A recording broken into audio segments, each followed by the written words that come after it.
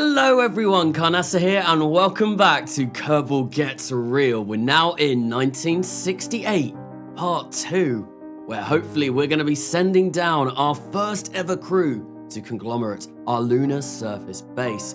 We've also got co-ed fast approaching Callisto, and we're going to be sending 3 more probes to Jupiter this year.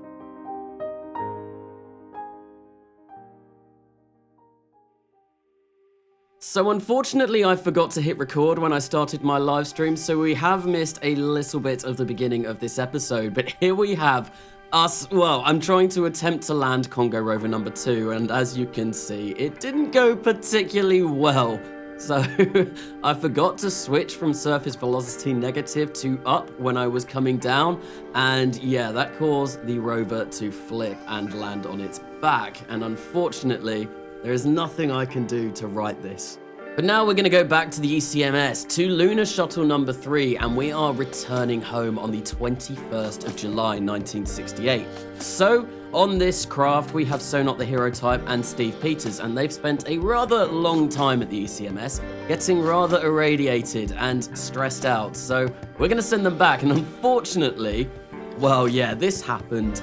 I didn't align my lifting surface correctly, so when we came down, we sustained G's up to 22.3. So yeah, they came back a little bit flatter than when they first set off, but we did manage to get them down safely. I've left this in until we can see them regain consciousness, and there we go, we've landed.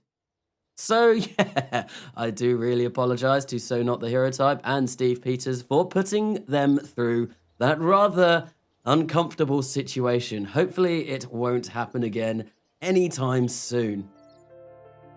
But now we're going to be joining Lunar Shuttle number 4 on the 25th of July 1968. This is hopefully going to be our first crew down to Conglomerate, and the crew on this consists of Albert Harper, our main man. It's got Astros and it's got CJB on there as well. So Astros after crew of Astros, because he is, of course, the director of Conglomerate. He is the one that came up with the name of Conglomerate. And CJB was the fastest finger in the live stream, so we named another astronaut after him to send him down to Conglomerate. But here we have the crew docking with the ECMS. Now we're going to be sending our first crew down on the 2nd of August 1968. This is Conglomerate crew number 1. And they have been taken down on one of those reusable lunar landers that I have designed and placed on the ECMS previously. There is a little bit of a stutter here because once again this was done on a live stream, and for some reason whenever I land near this on a live stream, well,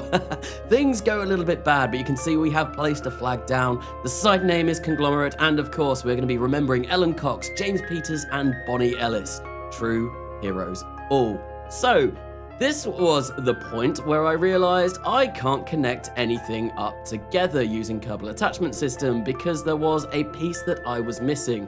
There goes the descent stage of the main Conglomerate lander, and unfortunately it smashed one of the bunkers. That was a bit of a shame, but because we couldn't connect anything, well, we actually had to send this crew back up to the ECMS. They wouldn't be able to stay down here. As soon as it got to night, well, they would run out of battery power very, very quickly, unable to connect to the mitochondria module. But we managed to get back up to the ECMS just fine, dock them to that thing, and now this happened. This was rather unfortunate. For some reason, it started to do a bit of a death spin. I'm not sure what caused that to happen, but we're going to have to try and fix that. So yeah, that was a rather annoying end to sending those guys back up to the ECMS. That was well, yeah, not great. And I'm hoping that we can actually control that spin because there's more modules that I want to send to the ECMS and there's more crew. It is our station that is going to be our base for going down to Conglomerate. So if it's in a bit of a death spin, it's going to be hard to meet up with it. But here we have, on the 31st of August 1968, ECMS CM. So what that stands for is the Ellen Cox Memorial Station Computational Module. And what's going to be on this craft is going to be a lot of avionics. So in order to kind of control the station? Well, it's grown rather large, and I need to be able to control it somehow. So on this module, we have 800 tons of deep space avionics, and I'm fairly sure ECMS is never going to grow larger than that, so this should be sufficient. But we got into orbit just fine. We have made our way over to the moon. We are now capturing at the moon before we're going to perform a maneuver to actually bring us to the ECMS. There it is coming in now. You can see it is still spinning, but I've not shown it. I did go in and I did manage to kill the rotation of the craft. So, I wanted to keep this part in because I found this genuinely hilarious. So this is our capture stage and our orbital maneuvering stage for that computational module. I noticed that we had 4,500 meters per second of delta V left in this after we actually rendezvoused and docked with the ECMS. So I thought, well, it's got a telemetry unit on it. It's got so much fuel left. It's an AJ-10 advanced engine, so it's not throttleable, but we've got unlimited amount of ignitions. Let's see if we can actually land this on the surface of the moon. And you know what?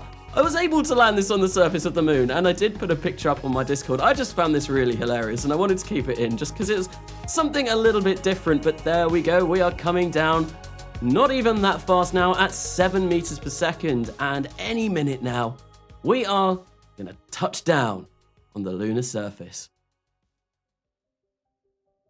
Now we're going to go to the vehicle assembly building. I did mention at the start of this episode that I want to send 3 new things to Jupiter.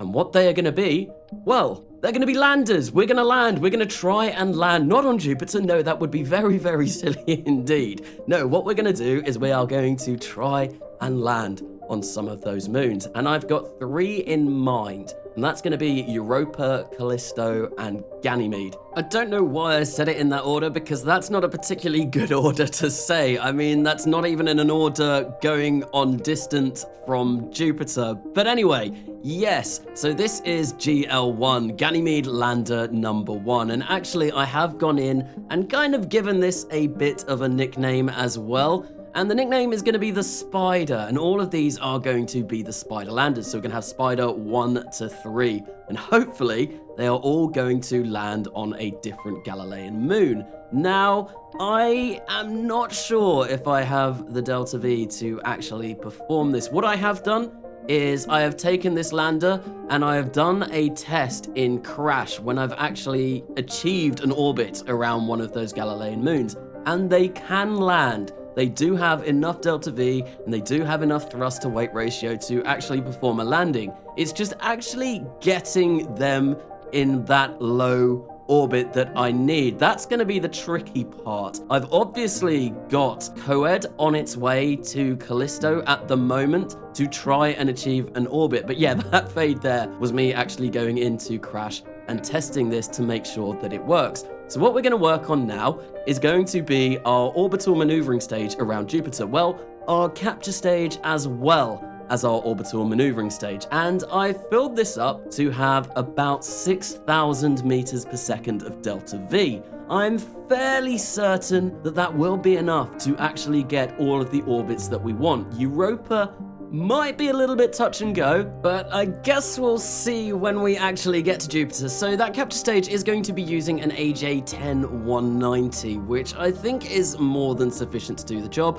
We are going to be using the Minotaur stage to actually perform our Trans-Jovian injection, and I've upgraded it slightly. I've put a HD3 engine on it. I am really enjoying using those HD3 engines at the moment. They are very powerful, and they have insanely good specific impulse. So yeah, they are really good. So this does mean that we are going to be launching all 3 of these craft on Icarus Super 66. So this is going to be a very expensive set of missions to actually send all of these 3 along. But, you know, I like to brute force my way over into orbits. I don't really have the patience to do anything like Messenger and do multiple flybys to actually get decent orbits. I mean, I can do that with the Galilean moons, but I think this should be more than fine. So you can see we have actually now placed the Icarus Super 66 on top. We're going to rename these all to their respective moons, and that's going to be us done for our Jupiter landing attempts. So now we're just gonna briefly come back to the Space Center whilst we wait for DTV to be rolled out to the launch pad. Now that's gonna be our Demeter test vehicle. And this is actually our first mission in preparation for sending humans over to Mars. So here we have, on the 11th of September 1968, DTV, the Demeter test vehicle, launched on top of an Icarus Super 66. I did mention this briefly in the last episode. I didn't want to use this launch vehicle, but unfortunately, it was so heavy that I had to. Now, the aim of this mission is going to stay in space for around 3 to 3.5 years, just so that we can test our astronauts' endurance on this kind of vehicle, and hopefully we can find out if there's going to be any issues when we go to Mars. So, yep, that was the Demeter test vehicle all done. That's going to be a long time in space that's going to spend, and it's going to be very useful. It's going to be very useful to kind of give me the information that I need to see if a Mars transfer would work with that kind of vehicle. I have actually gone in and updated it slightly since launching that, but you can see I've done a quick save because we're going to be going back to EOED. So here we have COED now performing its maneuver on the 6th of October 1968. Now, I did mention that I did a quick save because obviously when we went to New Dawn 1, well, the Kraken attacked it, and that quick save that I did just do was called No Kraken because I really didn't want the Kraken to attack this again. But we were okay, and you can see we have changed our inclination to actually match up with Callisto. Now what we're going to do is we're going to lower our periaps at Jupiter slightly so that we can actually get an encounter with Callisto. And it's not going to be in this section. We will have to wait a little bit again before we come back to this and hopefully capture at Callisto. But now we're going to be joining Congo rover number 3 on the 16th of October 1968. So obviously, at the start of this episode, well, Congo rover number 2 didn't go particularly well. As you saw, it kind of ended up like a bit of a stranded turtle stuck on its back. But we are at the moon. We are going to be attempting to send this down now. And actually, because I have upgraded that HG3 on our transfer stage, we could actually slow ourselves down a bit and then use the LMDEs to finish our descent. And now this is the 3rd time I've tried landing one of these, and obviously each time I do it, I get quite a bit closer to Conglomerate. And now, actually, we're going to be coming down within render range, and not just render range, there you go, we can see it. It's what, 68 meters away? So yeah, this actually went a lot better than any previous attempt. There we go, we are by Conglomerate. So that was great, how close we did end up to Conglomerate with Congo rover number 3. Now, there is actually an issue with Congo rover number 3, and it has meant that I have had to delete the craft, because once again, for some reason, whenever I use Congo rover number 3, well, it kind of crashes my game, which is a bit annoying. But you can see I was in ship manifest there for a bit, so what I have done is I have gone through and checked what people were saying on my last live stream. So I have a lot of new names in my roster. I will obviously announce them when they come up. You can see some of them there. So I went through and named all of my astronauts after the first people who said that they wanted an astronaut named after them. If, you asked for one and you didn't receive, that is because I ran out of astronauts, and I will get round to naming some more after people in this series. Don't worry, your time will come. So here we have, on the 28th of October 1968, Lunar Shuttle number 5, and hopefully this is going to be the first crew that spends an extended duration of time actually at Conglomerate. I didn't mention it, but Congo rover number 3 had all of the tools inside its inventory to actually fix Conglomerate so we can connect it all up. So the crew on this is going to be Kerbo, we've got Lagomorph Baranovskaya, and Cohen V. Richards. So I kept some people's last names and just changed their first names to people who commented on my last live stream. So now we're going to be joining Hermes OX on the 29th of October 1968, so a day after we sent that Lunar Shuttle crew.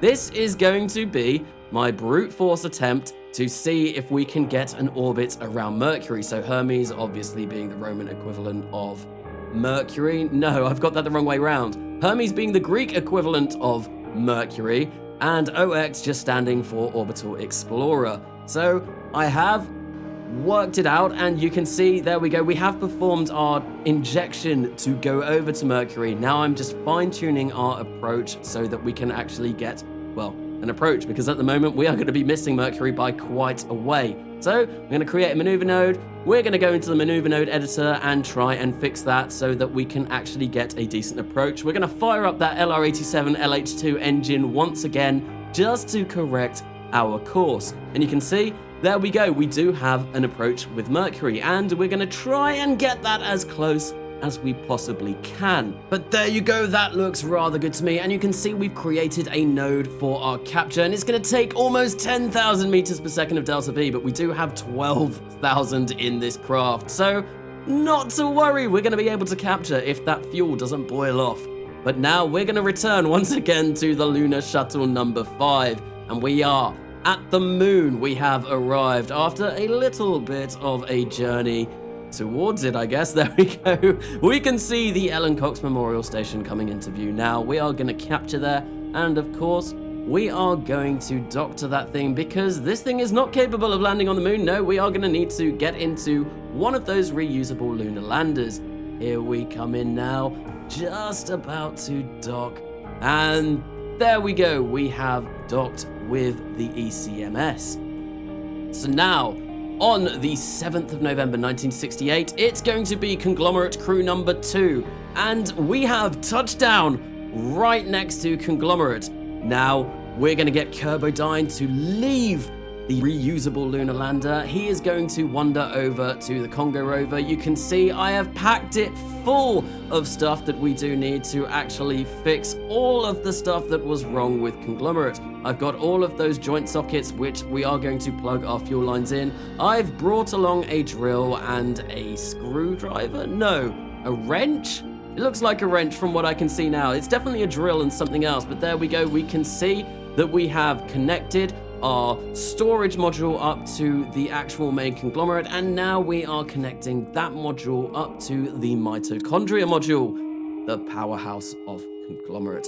So something funny happened there. We lost a solar panel on the reusable lunar lander, which is a little bit annoying. It might make it difficult later on to actually return that craft. But here we are, mounting up those 3 astronauts into Conglomerate, where hopefully they will be spending the next 30 or so days on the surface of the moon. So, after a lot of preparation, Conglomerate finally has a crew. Amazing. It's taken a long time coming, but we have done it in 1968.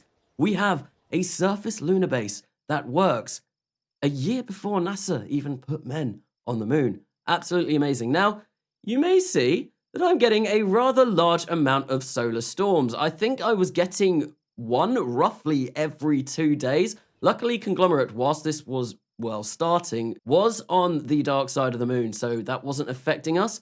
But it did eventually get to the point where, well, Conglomerate was in daylight. So when we started getting those solar storms, we are going to have to go over, we're going to have to move our astronauts over to the bunkers.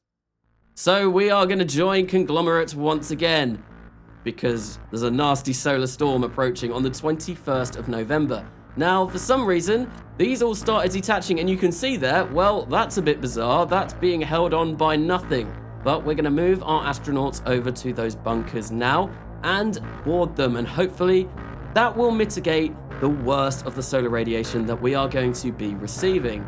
So this happened. Bye-bye, mitochondria. Thank you, Kraken, for destroying my battery. That is an issue. We can no longer stay overnight at Conglomerate, so we're going to have to see what we're going to, well, do about that. But now, once again, we are going to return to Coed for its Callisto approach on the 25th of November 1968. We are going to do a slight inclination change to try and make our inclination as polar as possible. We're going to burn a little bit of radial so we don't go slamming into the surface. And then we are going to perform our capture burn, and we have more than enough delta V in Coed to actually capture at Callisto. And there we go. we have captured at Callisto, the first capture at a Galilean moon, and it's so exciting. We're going to get so much science from this, but look how pretty Jupiter looks there in the background. So yeah, so that was something bad that happened, and then something pretty good that happened. Conglomerate bad, Coed good, finally. Yes, we have finally orbited a Galilean moon, and actually we're going to be sending a load more over there very shortly. I say very shortly, it's right now! Here we have GL1 Spider 1 on the 1st of December 1968. Ganymede lander number 1 launched on top of an Icarus Super 66. Obviously, this is what we saw being constructed in the vehicle assembly building section earlier on in this episode. So, once again, I'm just going to say, this is going to be a mission to attempt to land on Ganymede. I mean, we've only just orbited one of the Galilean moons. I had a Jupiter transfer window coming up. I thought, what else can we do there? And I thought, well, yeah, probably the best thing is to actually try and land. So we got into orbit just fine. Here we are performing our Transjovian injection to actually get us all the way over to Jupiter. Now, I'm not using standard MechJeb ascent guidance for this. There is a new mod that I have picked up to try and get better transfers. So that's why we were able to launch in the day. But now we're going to go to CL1 Spider number 2, launched a day later on the 2nd of December 1968. This is pretty much the exact same launch, but I'm going to carry on with what I was talking about before, about the new ascent guidance that I've got. It's called Ascent Time, and I would like to give a shout out to Felix Yu for putting me onto that. I'm not sure if I'm using it correctly at the moment.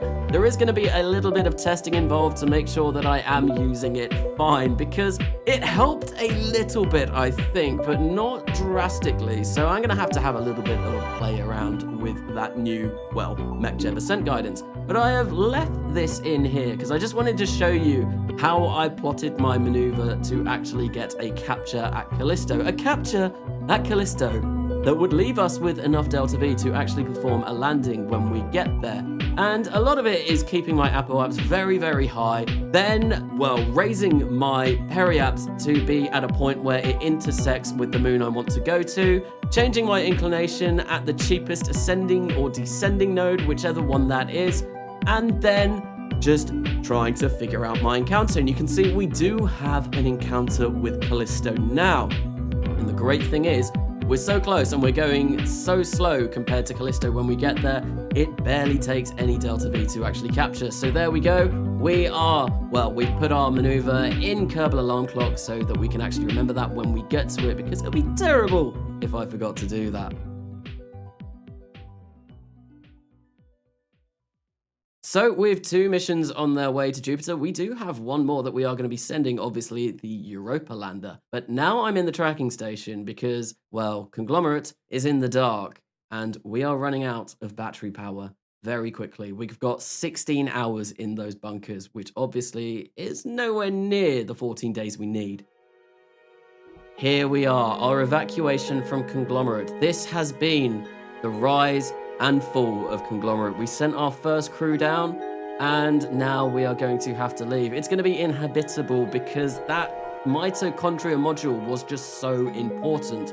So our 3 astronauts have boarded the reusable lunar lander, and we are going to take off and try and meet up with the ECMS. Now, unfortunately, well, our inclination is going to be drastically different. I had to take off now, otherwise we would die. Those 3 astronauts, Kerberdine, Cohen V. Richards, and Lagomorph Baranovskia, well, they would not have had enough electricity to last to get to a decent ascent time. So we don't have enough delta V to actually make it back to the ECMS because that plane change is going to take a lot. There you go. We can see we've only got 50 meters per second left. So what are we going to do? We are going to get the other reusable lander. The other reusable lunar lander even. We are going to attempt a daring rescue mission where we are going to attempt to dock this with the other reusable lunar lander and try and bring them both safely back to the ECMS. There we go. We have performed our inclination change now, so we are in the same plane as the first reusable lunar lander, the one with all of the crew. Now, I have got an intersect here. It's going to be in a day and 4 hours. Because that solar panel broke off the first reusable lunar lander, well, our astronauts aren't going to be able to last that long. They will run out of battery in about 14 hours, which is an issue. So what we're going to be doing now is we are going to be raising our orbit with the rescue mission so that the first mission will catch up to us.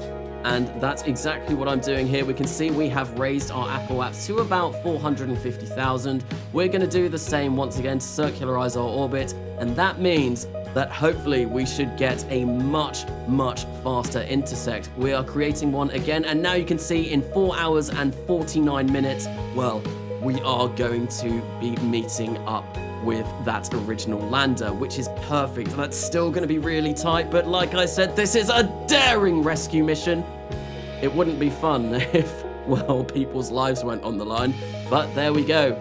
We have rendezvoused with the stranded crew, and now we are going to unfold those solar panels so we don't smash into the craft. That would be terrible. That would really ruin this mission, and it's just a quick dock to get these two together before we're going to try and send both of these back to the ECMS. It'd be nice to get them both there. But there we go, we have fired up those engines once again to change our inclination once again so that we can actually match up with the ECMS. We have performed our inclination change now, and you can see we do have an intersect. We're 1.8 kilometers away, which is pretty damn close. We are bringing it a little bit closer though, but to be honest, 1.8 kilometers is more than fine. There we go. We can see the Ellen Cox Memorial Station. Kerbodyne, Cohen v. Richards, and Lagomorph Arianosca are very pleased to see that magnificent sight once again. They were rather worried for their safety once the mitochondria module did get yeeted across the surface of the moon. That's a real bummer. I'm going to have to try and land a second lunar base. But now what we're going to do is, due to the magic of docking autopilot, well, we're going to attempt to dock both of these modules at the same time. I thought this was honestly so cool. Watching these two things just do their own thing and actually attempt to dock to the Ellen Cox Memorial Station in tandem. There we go. We can see the first one has successfully docked, whilst the second lander is fast approaching its docking port. And, well, yeah, we managed to successfully dock both of these in a very epic way. Now we are going to be joining Lunar Shuttle number 4. Its return to Earth on the 3rd of December 1968. Now this was the shuttle that had Albert Harper, Astros, and CJB on board. We are going to keep Lunar Shuttle 5 crew on the ECMS. I would quite like to have crew on the ECMS at all times if possible, because, well, it's nice just to keep a crew up there. It may not be nice for them. I mean, yeah, it's space and they're going to be spending a long time in there, but there we go. We have performed our trans-Earth injection, and now we are going to be beginning our Earth descent on the Lunar Shuttle number 4 on the 8th of December 1968. And, well, I've got something to tell you. This landing went completely fine. Nothing went wrong. No, we didn't even lose consciousness. So yeah, it was good. I thought that might be... The music sounded really sad then, and that wasn't intentional. And I just thought that would be kind of a way to throw people off the scent. But no, that was absolutely fine. We got those 3 back rather safely. And yeah, that was a good mission. That was a good mission. I love the whole rescue aspect of that mission. It was probably one of the funnest things I had to do. And that's actually kind of why this episode took a lot longer to come out, because that took a really long time. And actually, landing Conglomerate, well, I did mention earlier that Congo rover was bugged, and I landed 3 times with that crew. And because it was bugged, well, yeah, it crashed 3 times, and I was getting a little bit fed up with it. But eventually, well, you saw we did actually land a crew, and I just ignored the Congo rover. I didn't switch to it. I ran someone over and grabbed the tools for it to work. But now we have the final launch of 1968.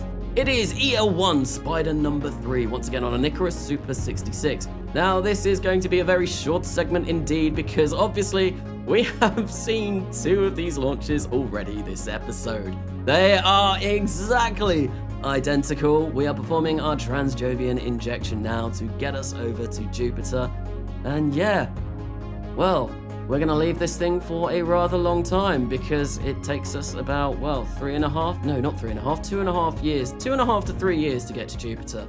We're going to leave this in space and we will return to it when we need to, when we want to land on Europa.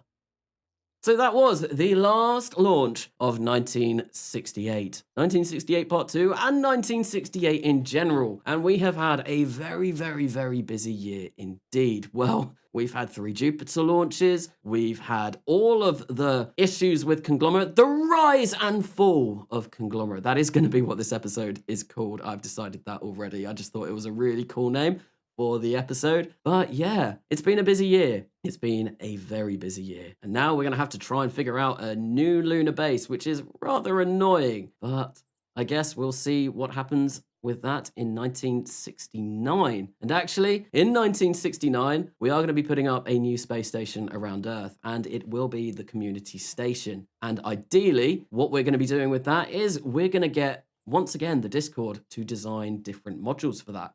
I just think it's a really cool idea, and that's why I want to call it the Community Station. Hot Dad 69 was recommended, but I think Community is a much better fit. But anyway, yeah, this outro is going to be a long one. I just want to thank everyone once again. I did just hit 600 subscribers. It's amazing. Thank you everyone for subscribing to this channel. But I guess that's it for this episode. Like I said, a very long outro. If you have enjoyed this episode, why not give it a like? If you have really enjoyed this episode and would like to continue with the content on my channel, please do consider subscribing. I have been Carnasa, and I will see you later.